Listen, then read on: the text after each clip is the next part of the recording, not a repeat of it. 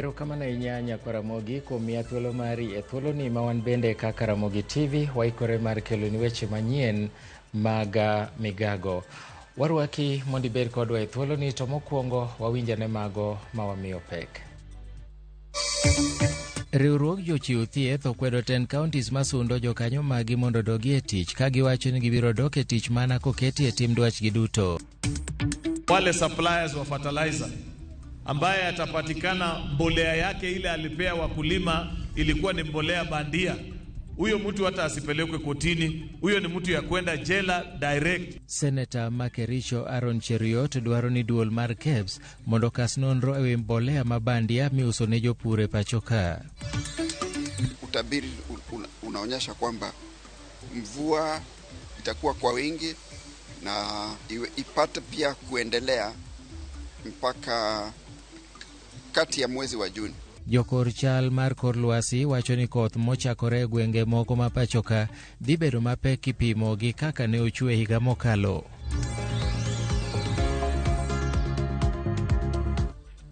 In gi thuolo mar oro ote mari e yo machuok kitiyo gi namba maro mar ote machuok ma en 36000 machiegni nyinga Milton Ochieng Awuor. Riwruok ma jochiw thieth mano kuswo oniano ni pod gibiro dhi nyime gi ng'anyo ka chieng' wuok tich ma juma mabiro giyango ni gibiro timo ng'anyo maratipo nyaka piny owacho chopie winjruok magi. Kanoloso gi jofwambo, jagoro maduong' mar riwruogno George Gibore oseo sirikande mag gwenge mosebedo ka keyo weche ni gisechungo ng'anyo margi.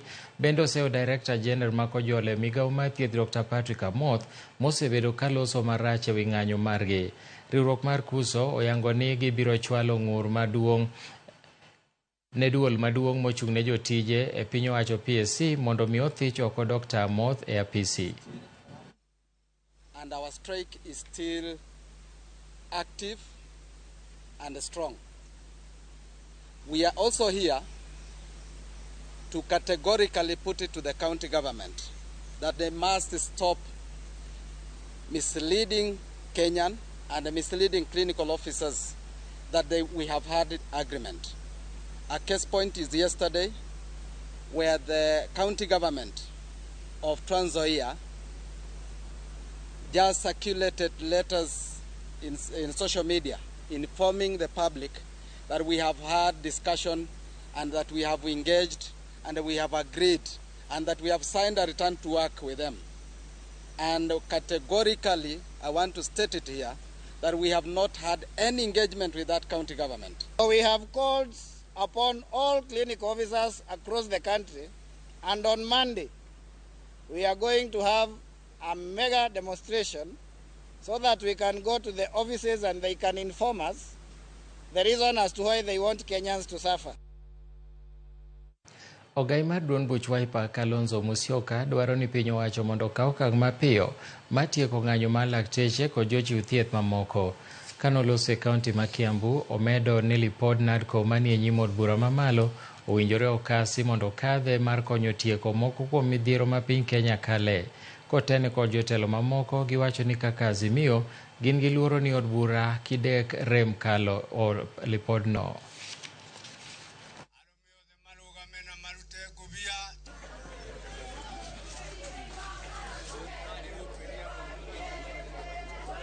As members of Jubilee, we want to work with you. We want to work with you. Because we believe in the friendship you have with our leader, Uhuru Muigai Kenyatta. We believe in the respect you continue to hold for Raila Amolo Odinga. We want to work with you. We support people's rights wherever they are. Kama wameumiwa, by the way, kama wameshindwa, you know I'm also a certified mediator, by the way. Hii wizara ya afya, hawa watu wa Kenya kwanza, kama wameshindwa, wanialike niite madaktari wetu ndio tuelewane. But they have to give solid commitments. Sio kuongea kwa mdomo because umeona hiyo kawaida. Chenro mar goyo kogno jombetre mogwel donjo odiechienge mar ariyo kawuono, kama jambetre mogwel e piny Misri Fred Outa ochopo nyim kamati motelne kod jaod bura ma Belgut Nelson Koech. Outa nokwedo weche mag siayo jopuonjre mag Ahero Girls mar bago ng'anyo e kinde mane en patron mar skulno. nosingo mar tiyo kod lony mare e weche mag pinje maoko e kinde manotelo ne komiti mar Senate mar weche mag pinje maoko e tayo tije kaka jambetre. Mamoko bende midhi dadhogi kawuono gin Peter Njiru, Ngire Ann Manguli, Timothy Kaluma kod Christopher Langat. Watudore achiel kachiel gi Chris Owino ma bende ni kamigoye kogno jombetrego mondo mi oketwa e ler. Chris Owino, kinyalo ketowa e ler ni to chenro ochopo kanye? Erokamano Milton, mana kitselero ni kwa Ramogi en odiochieng' mar ariyo mar goyo kogno jombetre mogwel 27 ma jatend piny Dr. William Ruto ne ogwelo e lemo mag jombetre. Chenro ni ne ochakore ayanga odiochieng' manyoro kama jombetre mogwel 4 nyoro go kogno. Kendo achiel kuom jombetre mogwel Joash Maangi ne oyudre kama tek mokalo ewi mibadhi saweche mag mibadhi mitudego kambi mare e chenro mar gero udi mag sirikal e bubad migawo mar National Housing Corporation.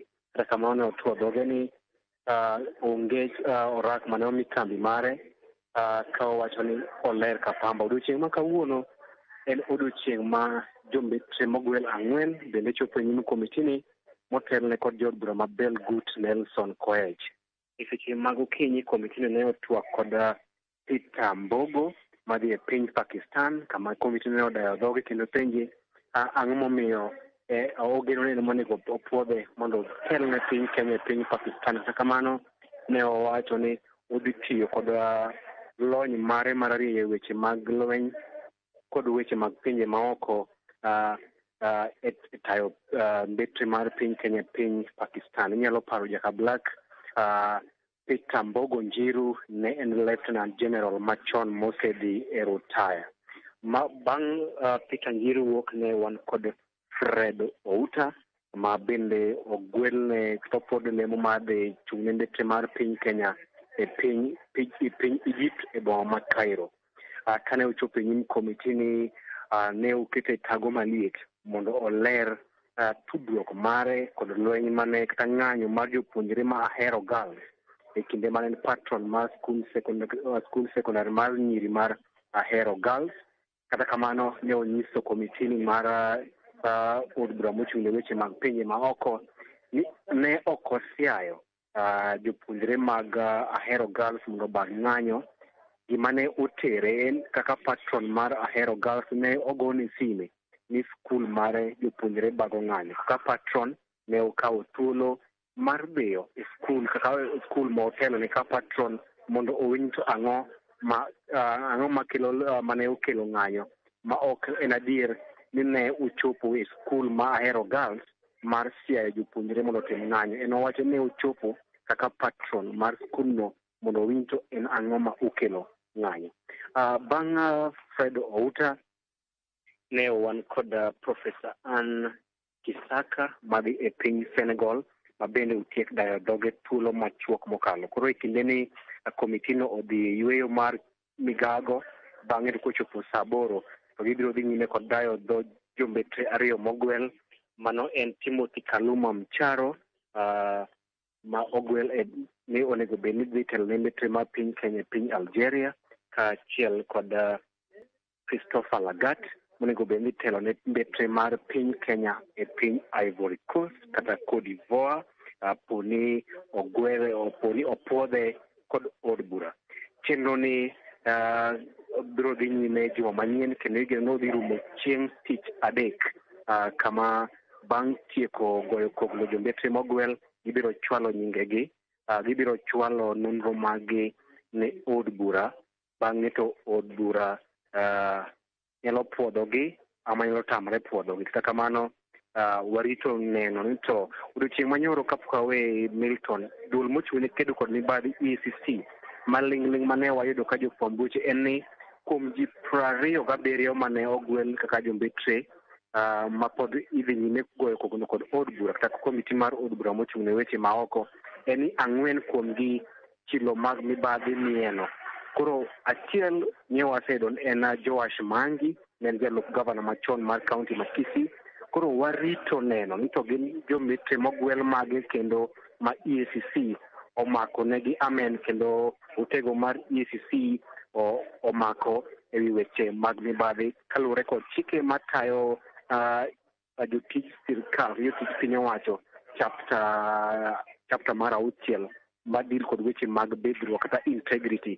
En ni mondo omi lemo mar tiyo apisi mar sirkal nyaka ibed kod ng'ano man kod kido maber, kendo ng'ano ma aonge kod weche mag mibadhi kata onge kod ong'weng'o mag mibadhi e wiye. Koro warito neno ni to gin jombetre mogwel mage kendo man kod ong'weng'o e weche mag mibadhi kata koso bidhruok e apisi ma EACC otolo ne komiti ni mochung'ne weche mag pinje ma oko e bwo jaod bura ma Belgut Nelson Koech.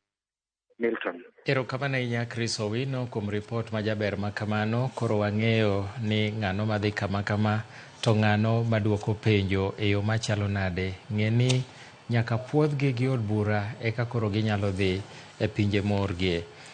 Jatend kweth mathoth e od bura ma Senator Ron Cheriot dwaro ni duol mochung'ne nono mwandu e pacho ka KEBS mondo otim nonro mapiyo mondo okonyi e fwenyo jogo mamedo loso mbolea mabandia e pacho ka.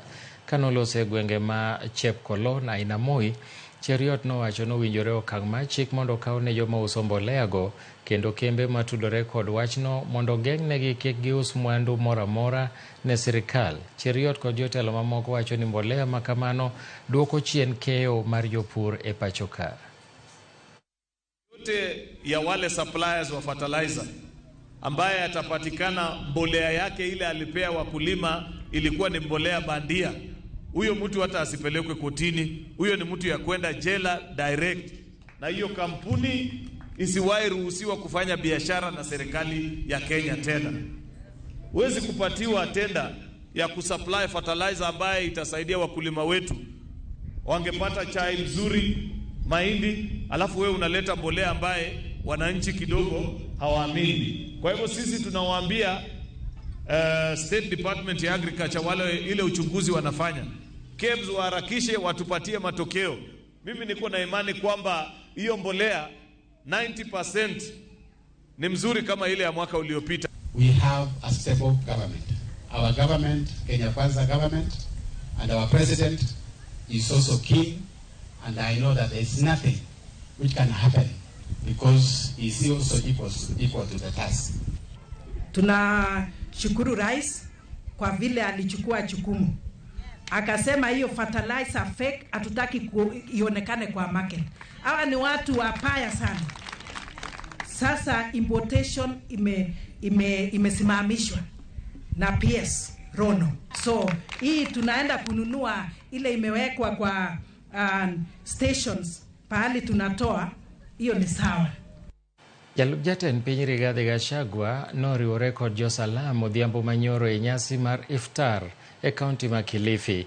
Gachagua ne en wendo maduong' e solo mar 26 mar omenda ne Malindi Education and Development Foundation ma en riwruok machiwo kony ne nyithindo mochando e kind oganda. Kanoloso e nyasino, Gachagua manoten kod jotelo mamoko bende noduoko geno ne jodak ma Malindi kod Kilifi kowacho ni sirkal oketo chenro mopogore opogore kare mar mondo mi gichier chia mar boma ma Malindi maende ne kelo welo kowuok e pinje maoko. We'll look for investors to come and assist in Malindi, and we want to create a good environment for tourism. The Italian people loved Malindi, and they made the economy of this constituency thrive. They would fly directly from Milan to Malindi. We must create a good atmosphere for tourism to come back. Sisi upande wa usalama will do our part. The political leadership, you tone down politics so that we create an environment ya hao wazungu kuja hapa. Watuachie dola, watuachie euro, watuachie ile kitu ingine wako nayo. So we'll work together. And I want to say these things like tourism, Mheshimiwa Hasina Chama, we'll work with you because Malindi is part of Kenya. When tourists come to Malindi, they come with foreign currency. It is good for our economy as a country. So these are activities that we must support all the time. Na tutaendelea kuunga nyinyi mkono. Komachielo bende jalup jatend piny Rigathi Gachagua wacho ni sirkal mamalo dwaro chako chenro mar choko pach jopuonjre mag mbalariany ewi wach mar chwalo negi omenda mag somo. Koloso e mbalariany ma Pwani e kaunti ma Kilifi bang' twak ewi wach telo mar dongruok, Gachagua nokwayo jagoro mongirore e migawo mar somo Dr. Beatrice Nyangala mondo olos kod jopuonjre e weche mag chwalo negi omenda. Kamano bende nolando siro somb jopuonjre 10 mawuok e mbalariany ma Pwani.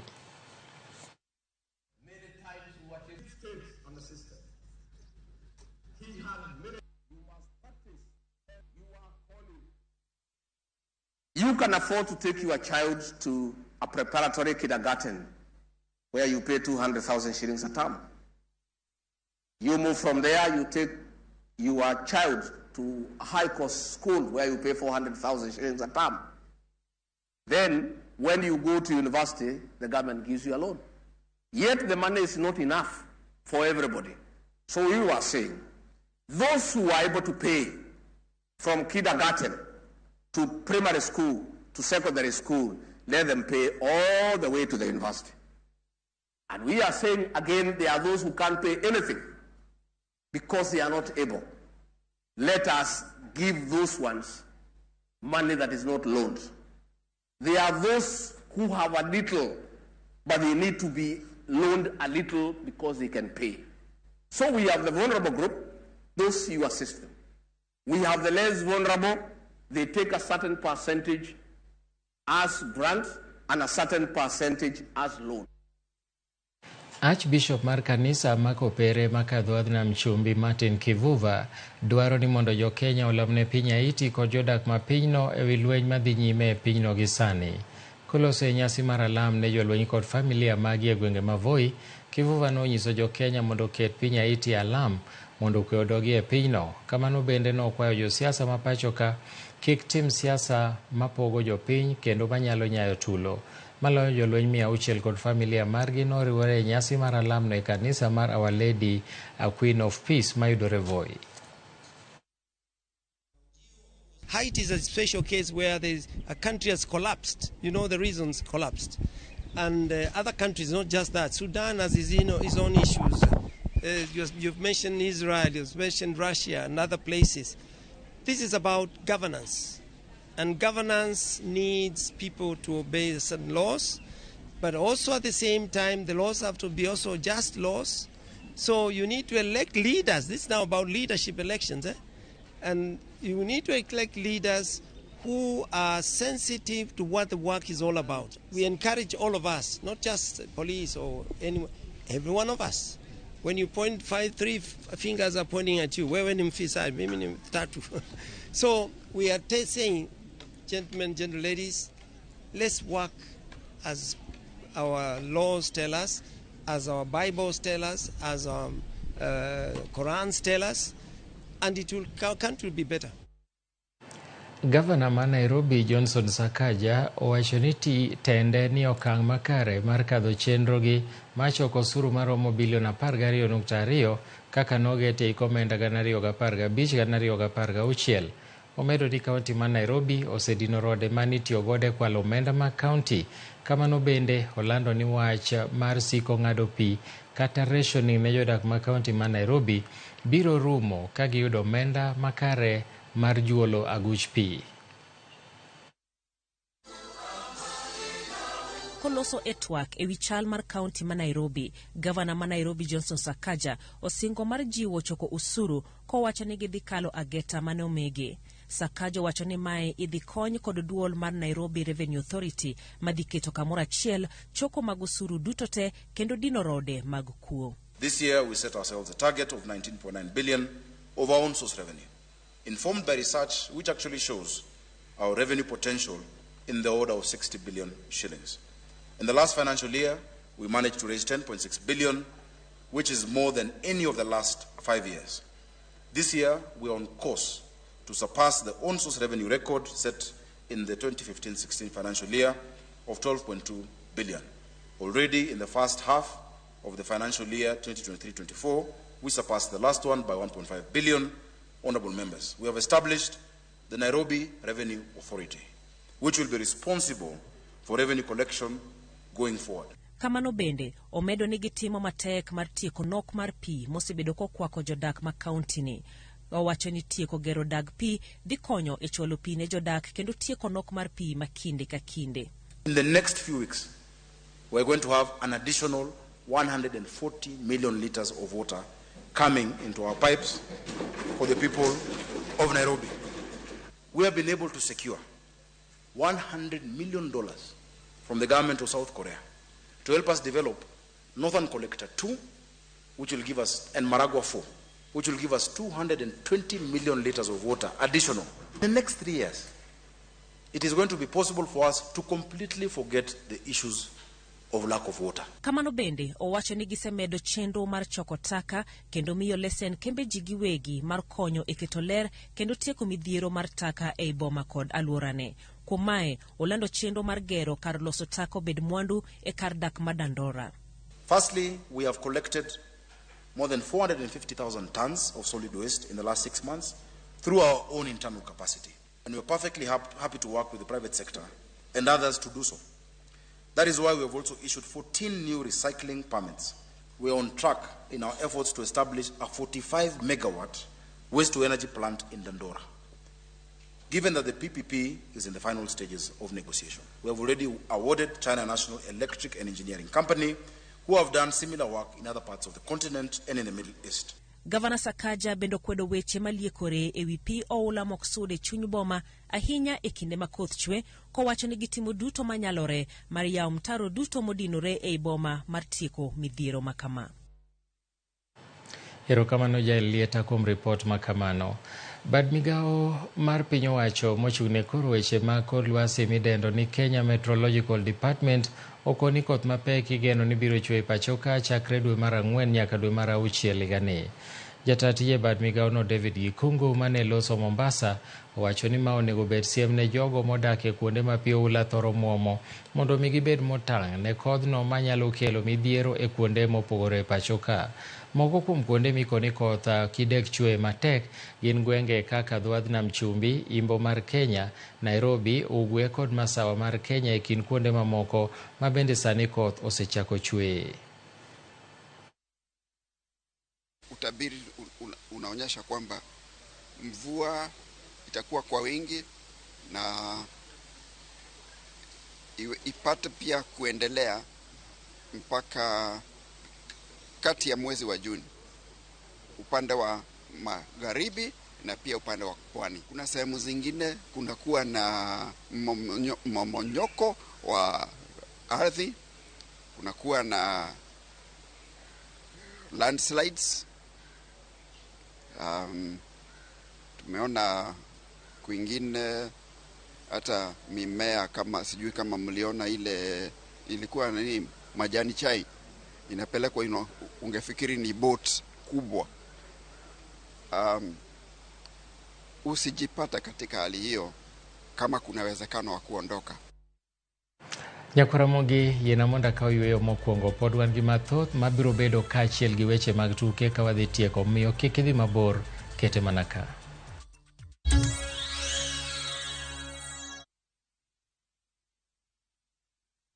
Embark on the adventure of a lifetime to exotic bush destinations with up to 30% discounts by View Travel. Relax in the wild surrounded by luxury as you witness the beauty of the Sarova Mara. Picture yourself surrounded by the sights and sounds of majestic wildlife. Enjoy thrilling game drives as you catch sight of the Big Five. All this for 33,000 Kenya shillings for a 3-day safari inclusive of transport. Get to experience endless adventures at the Sarova Shaba, where evenings are special. You'll enjoy traditional dance performances and bonfires as you wind down the day beneath star-studded skies for only 22,000 Kenya shillings for a 3-day safari inclusive of transport. Experience the wild like never before, courtesy of View Travel's massive discounts. Visit viewtravel.com and make your booking now. View Travel.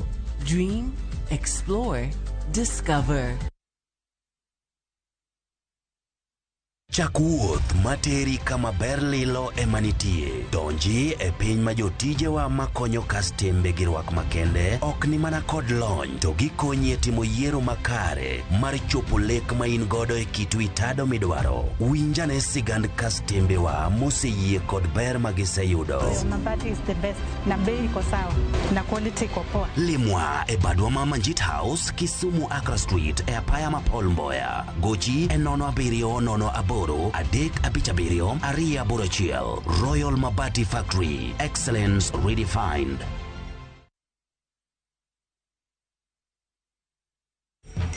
Nimeget airtime. Airtel Money inakuokolea. Really? Ukiwithdraw chapa kwa Airtel Money agent inakurudishia hiyo transaction fee kama airtime. Auntie. Karibu. Airtel Money makes your life kidogo better. May you be blessed in your coming in and your going out. May your name be mentioned in a room filled with opportunities. May you have a Midas touch, and everything you touch, may it turn into gold. Blessings. Dial *811*402# to get blessed. Ase wachun nyathini toko winja. Tosani, oseguro tiende dalani. In a world where faith, fear, sacrifice, and the complexities of father-son relationship collide, the son must choose his path and his own legacy.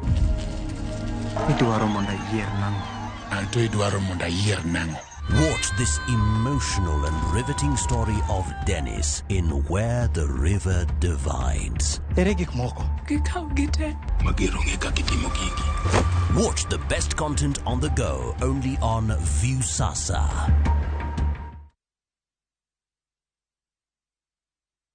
Nyakwa Ramogi, Kenya Eratiel. Raila has a space to say what Gima Jakom Dwawacho. The opposition, nothing like a Supreme Court. Oliet Nyakwa Ramogi.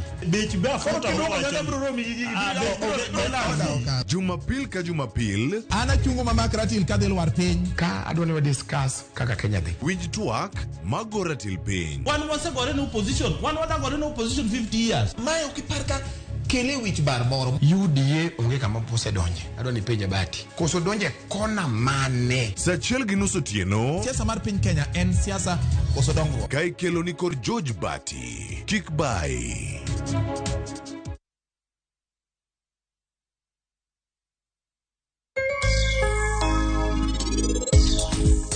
Yawi kudo wiya oko kaya nyameja. Wewe yo kuod kabisa dongini ni chako timemari chori choko. Onge gima timo kata chiel nyameja pare. You look very good. Karenda look at ngani timi. Ichalo mawakili. It was my dream job. En mane okaero kama ji operate ka joma ni school gi parade. Dongo wacho maber ni tablo dero malich mi chimo cham. Koro sani ase chimo bet machwe bet gi pesa. Ngima wuodo venga nungisa ni password olal. Ineno. Do you trust him? Airtel 4G, my friend. Ni kama oxygen. Make Chaguo smarter with Airtel. As we continuously expand our network, enjoy 1.2 GB at 20 bob. Dial *544# or use my Airtel app. Airtel, a reason to imagine.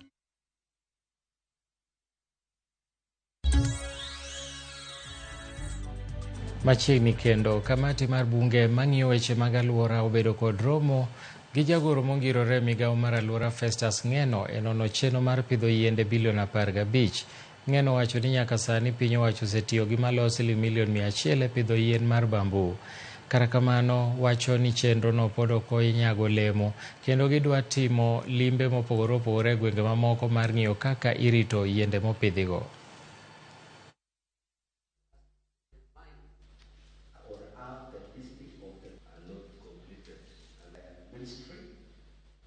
And we want to know how this man was used. We just look into the value of this man.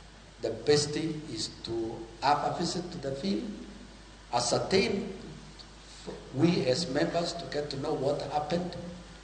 And I want Rule to say we shall defer this to our next meeting after Parliament resumes, so that we can come up with schedule of how we shall carry out this activity.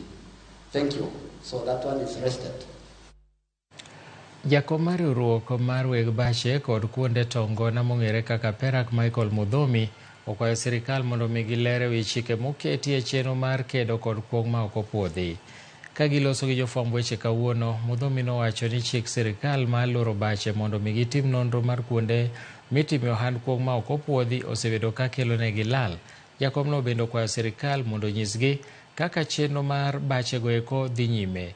E wi mano, gidwaro ni sirikal mondo luw chik manogol gi doho mar yawo bachego nikech kauntis moko obila osebedo ka chamo asoya mondo mi giyaw bache kod kuonde yweyo. The alcoholic licensing regime within the industry. Traders within the sector continue to bear the brunt of harassment from the country security agencies who have taken advantage of the confusion to constantly harass our members in the guise that they are implementing a government directive to close all outlets selling various alcoholic products. The impact of this has been loss of income and livelihoods to thousands and thousands of people who depend on our establishments to make ends meet. We are calling on the government to make public the findings of the vetting process and provide adequate time frame for businesses to engage manufacturers to recall the products said to be suspended with compensation to bar owners. Telo mochung'ne rito ngima oganda jo Kenya piny NTSA ochako chenro mar puonjo weg nyamburko mating'o jowuoth kaka inyalo duok piny masiche mag apaya e pacho ka. NTSA bende omakore kod obila gi moko kuom riwruoge mag saga mag nyamburko e neno ni joriembo oyudo tiegruok e wi yore luwo chike mag apaya kaka okang' mar duoko piny masiche ma apaya osebedo ka kelo e pacho ka. George Bati nigi ler mathoth. E chenro margi mar cholo puonj ne joriembo ka gimakore kod jokanyo mag riwruoge saga mag nyamburko Kasarani, telo mochung'ne rito ngima oganda e piny NTSA oyango ni giketo kenge mag neno ni oduok piny masiche mag apaya e pacho ka. This is an exercise that we are scaling up to go to other parts of the transport sector, not just only the matatus. We are working with the heavy commercial vehicles and also our school transport. You will be seeing an advertisement out for new regulatory framework for school transport operators. It will be in the papers on Tuesday, together with heavy commercial vehicle regulations that we are expediting. More importantly, we're working with the owners of the vehicle that before the vehicle departs, it is calculated at what point will the driver rest. As you know, the long distance are supposed to have 2 drivers. Jatendo bila mag apeyni alwora ma Kasarani okoni gidhi medo jiwo pedha mar neno ni joriembo ma ok oluwore kod chike mag apaya odonjnegi kaluwore kod chike ma pacho ka. You are drunk and you are driving, that is. Most of them, even not even the PSV vehicles, even the small vehicles. But what we do, we take you to court with careless driving. Chenro ma kama itayo e kinde ma nonro yango medruok mar kwan masiche mag apaya chakre ne higa ni chakre kopim kod thuolo machal kamano higa mokalo. Ripod NTSA oyango ni nyaka ne higa ni chakre nyaka tarik 1 dwe mar Ang'wen, ji maromo 1,189 osewito ngimagi e masiche mag apaya kopim kod ji 1,129 e thuolo machal kamano higa mokalo. Ji 3,316 oseyudo hinyruok maricho e higa ni ka ji 2,693 to osetony kod hinyruok matindo. Ji duto ma oseyudore masiche mag apaya nyaka ne higa ni chakre gin 7,198 kopim kod 5,290 e higa mokalo. Nonro no bende oyango ni jowuoth mag tielo ema thoro wito ngimagi e masiche mag apaya, ka nyaka ne higa ni chakre jowuoth tielo maromo 436 osewito ngimagi kopim kod 374 higa mokalo. Joma oting'o nyamburko 255 ngimagi oselal e masiche mag apaya higa ni kopim kod 211 higa mokalo. Kaderepe ma osewito ngimagi e masiche mag apaya to dok piny kowuok 108 higa mokalo nyaka 98 higa ni. Kwan joriemb apiko ma osewito ngimagi e masiche mag apaya bende odok piny kowuok 311 higa mokalo nyaka 276 higa ni.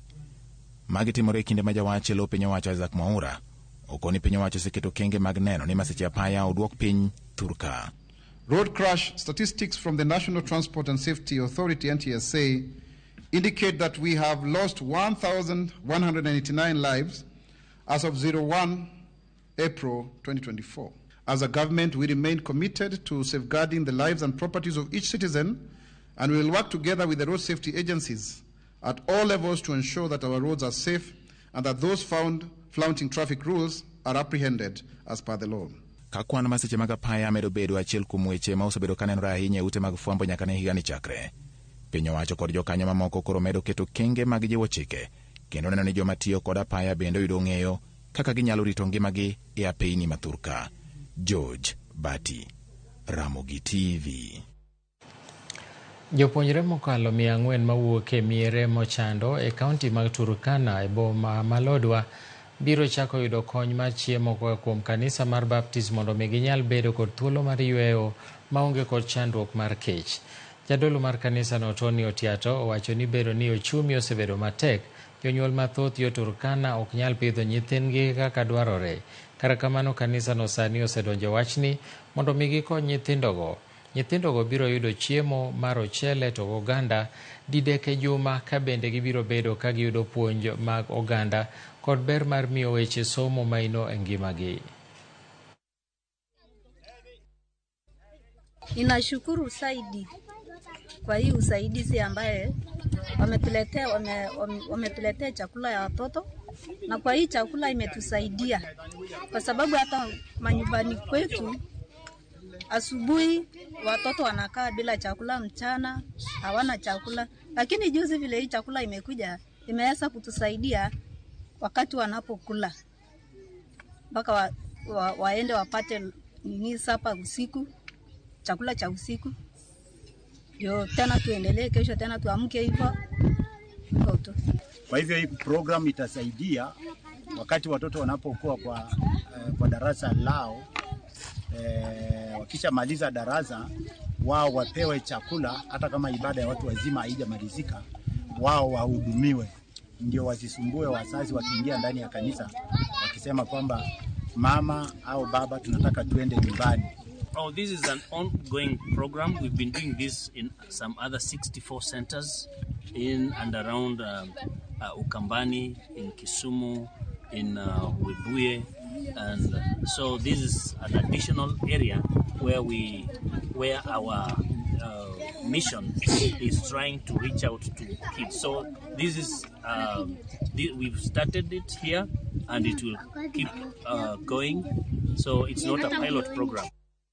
Ramogi, bende ng'eyo ni Jaramogi Oginga Odinga ne ni kod mon adek kendo achiel kuomgi ne en japuonj.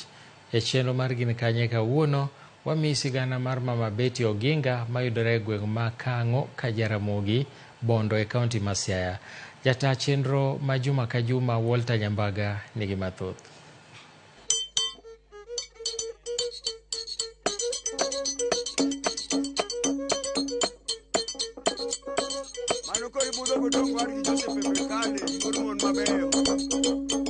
Jaramogi Oginga Odinga. Ikiwa kama unaona sisi tuko na kasoro, sema wasi. Bade en jalup jatend piny Kenya machon e piny owacho mar Mzee Jomo Kenyatta. Oganda osepenjo ni kopogore kod tiyo ne oganda familia mar Jaramogi Oginga Odinga to wacho ang'o kuom thuon mar Luo mane okedo ne thulo oko loch joasungu.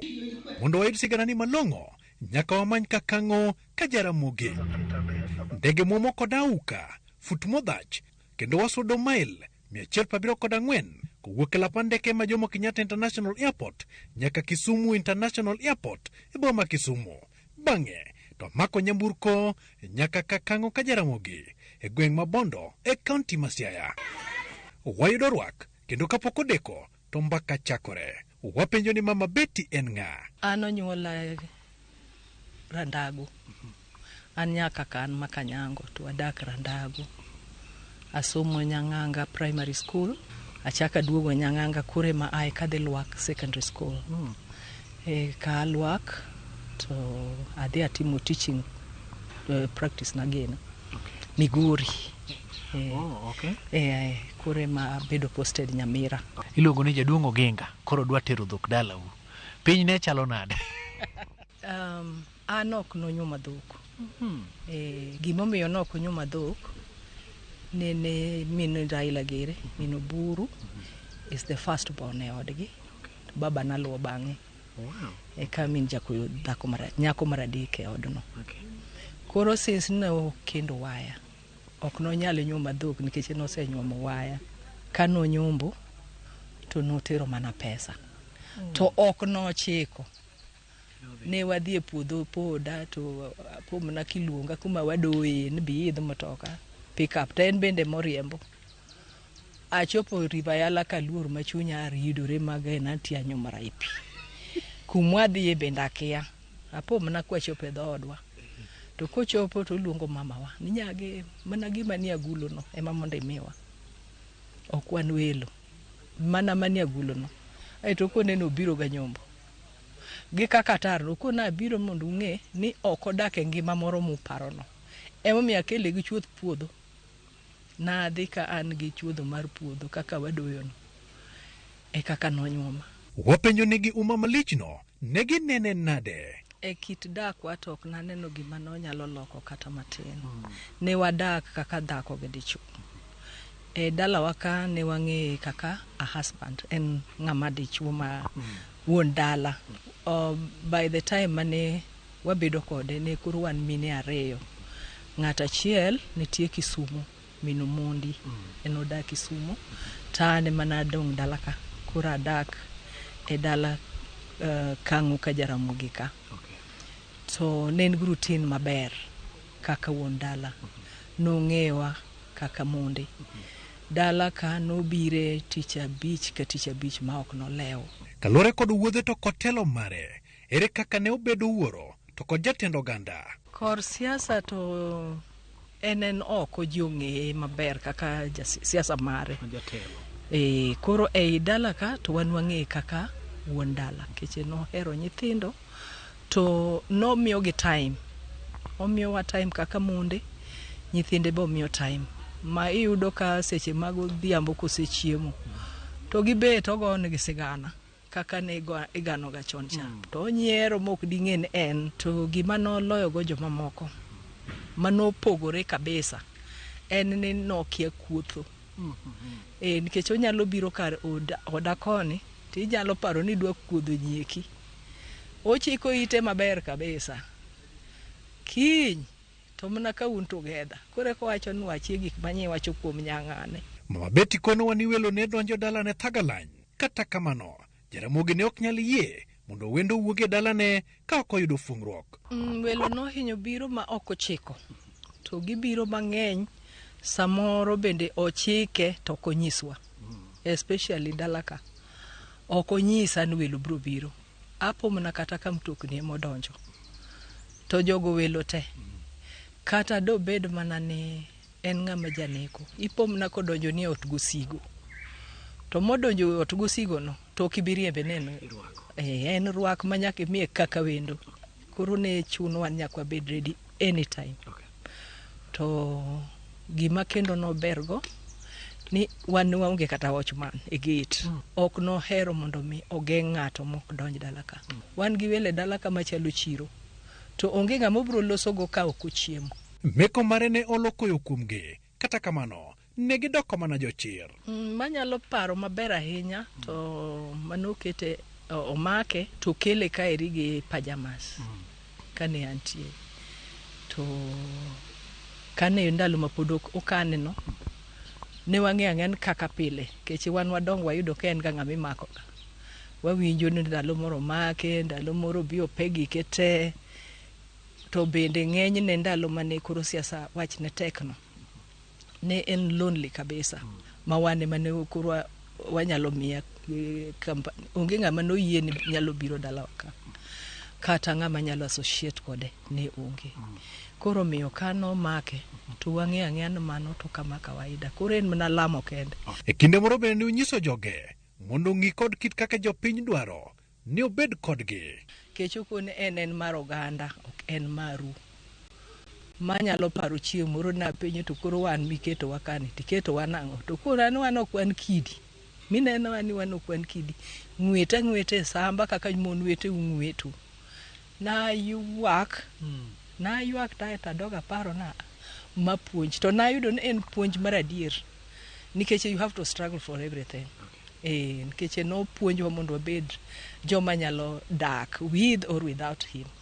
Mama Betty wacho ni wuodhe mar bedo japuonj ne ok yot kendo seche moko ne yudo kwet kuom oganda. Mokwongo ka adhi bedo deputy head teacher at Tilili nabedo rejected gi the community ma the chairman mar the school by then o the mani office boko nok gidwar ng'ama ko ginga bire school machal kamano dang puonja dier to jogo konwan wase poste koro we awe mondo une koro bire class to yudo ka puonjo to I didn't even notice him koro adhim na nyime puonjo chunga dho to lokra odok ang oduogo godhiambo okono dwa dhi office mondo nyis jo office ni sukundi gi no gidwaro mna jopuonj mamon ok gidwar jopuonj machuo keche ne ok no ng'eyo na nyalo timo tich mokwongo nene giluor mana gi nyingno but kwa bet matin to giyudo ni I was the best keche ne wa interact maber kabisa ne gin kod ngima mamuol makata mana nyithindgi bende ne yor dala kaka jopuonjre mamoko mar omo school fee na kiriembo ji ten mikwongo gole kapod ji nie parade en ikonen chakuoth dhi en mikwongo riembe ni fees chieng' moro achiel ne daktari otero bursary school to en osega gole chon koro kochopo to konen kapok ichiwo bursary miya mar owadu kech owadu nende wasegolo bende en adier ni Oginga ne ono kalore kod kit kaka ne otayo chenro mage dhano to nong'e kamano en paro ma dhano mokinyal golo mana kaka Raila bende sani ng'e ni samoro nyalo timo gimoro ma onge ng'ama ong'eyo kata joma nie tiende mana kaka weche mag handshake inyalo paro onge ng'ama nong'eyo obwoga ji mane kaka be wuon mare ne chalo giwacho ni gimor kod kuonde moger kendo nyinyin nying jaduong' Jaramogi Oginga Odinga kabisa makendo we are very proud ni kara jogo be notice gi maber manotimo ne piny ber ahinya kabisa welo donje dalani kendo kata kawuono jopuonjre biro mar somo rieko aeri welo bire ma pogre mang'eny madongo gi matindo ma maboyo to kod ma machiegni koro wantie gi curator wero thuolo mar donje emko mar Jaramogi kendo wayudo ka Simba oriere ogute kod wuor mar Jaramogi manero rwako ket kama wenge neno malong'o ogute mag nyasi mag lamo to kod mago mag duong' orengo mar kuyo to kod mano mar mor ni ka manethwon mar luo tiyo godo kala midendo ni Oginga Show to kod wuor mage mane ogeno bende ni emko ka nekech ne en jaera mar Ajawa bero bende ni ka malong'o e kido mag odunga kod okwajo mane Jaramogi tiyo godo e kinde mag nyasi nitiere ka en ling'any buora sandug mula kod otese miluoro mare bende pod okan kanyatiti mane ogwonyo godo puch bende sani ong'aw ne welo kaka an e tipo mag osiepe kod jotelo mag Afrika bende odiede kor ot makare limbe warumo bang' yudo mogo kod mor dhiang' nyakwa Ramogi erokamano kuom bedo kode chenro ni chakruok nyaka giko mare jata chenro ni ne an Walter Wood Kowero thon ka ji dhi kendo ka ji duogo oriti masane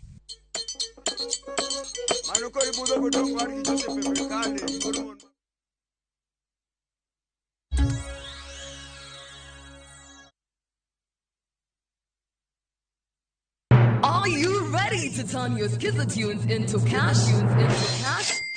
Dial *487*3#. Choose your favorite Skizzer tune, confirm, and enter to win big. 50k daily, 100k monthly, and the grand draw of 1 million Kenya shillings. Each time you download Skizzer tune, you support our local talent as you increase your chances of winning big. All SMS alerts are from Skizzer Citizen, and lucky winners will be contacted from 0709 767 000. Skizzer tune, Skizzer chopper. Terms and conditions apply. Well, Santos Gloria Speedy Sagon. Osebedo kinde malach nyakwa Ramogi FM nie boma romo pek kendo sepange in style geso tarika uchiel dwe mara ng'weni gadi ndiko chakore saa 2 mar okinyi nyaka saa 9 mamidhiambo waromo Ruma Grounds kama the king of Ohangla Emma Jalamo dhi keto stage piny gi ngolo mamoro bang' moro nyaka giko to kochopo tieno Ramogi FM kureka makore kod Ramogi Ohangla Rumba Band e nyasi mapek mar safari ya muziki album launch mar the king of Ohangla Emma Jalamo nyaka che Ai, Jongolo kaka Prince Inda, Johnny Junior, Ferija Karongo, Okoja Rapogi, Elvis Kadori, Kaka Talanta, Eli Toto, Dike to stage pin back to back. Regular, only 1,000. VIP, 2,000. Dokopo, Nivi Joni Baba Kadaraila, 5,000.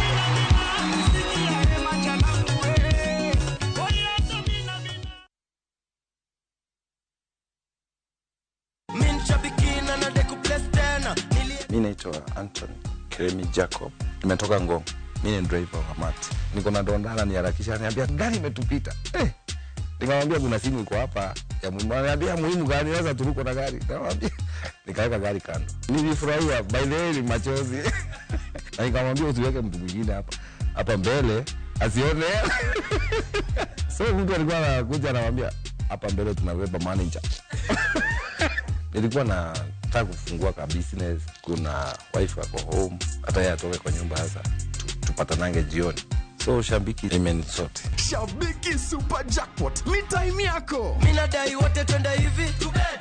Not for persons under the age of 18. Shabiki.com is authorized and regulated by BCLB license number 587.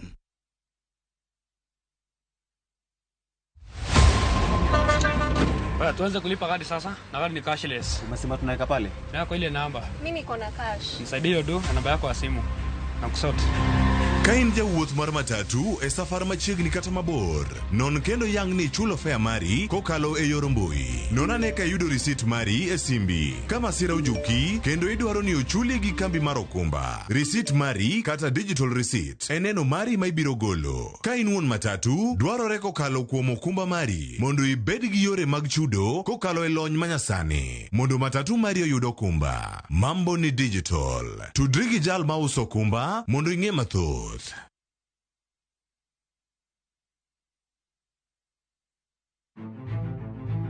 Ikrine wuoth mar dhialo teko kod lony mar joma mine e Kenya mangima.